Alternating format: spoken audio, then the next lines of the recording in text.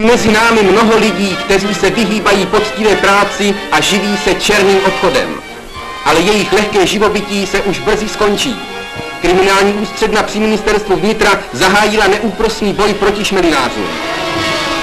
Náhlé kontroly na nádražích přinášejí značnou kořist.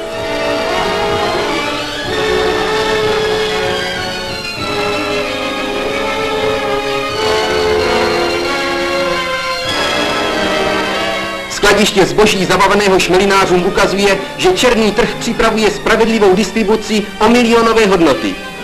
Všechno toto zboží patří nám všem za normální ceny.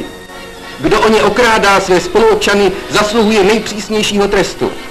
A ti, kteří proti tomuto zlu obětavě bojují, jistě si zaslouží uznání a vděčnost všech poctivých občanů.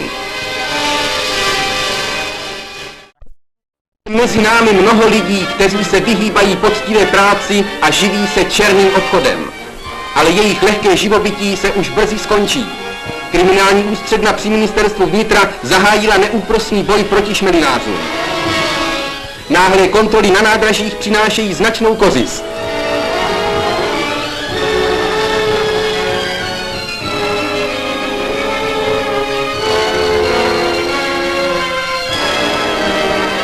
Skladiště zboží zabaveného šmelinářům ukazuje, že černý trh připravuje spravedlivou distribuci o milionové hodnoty.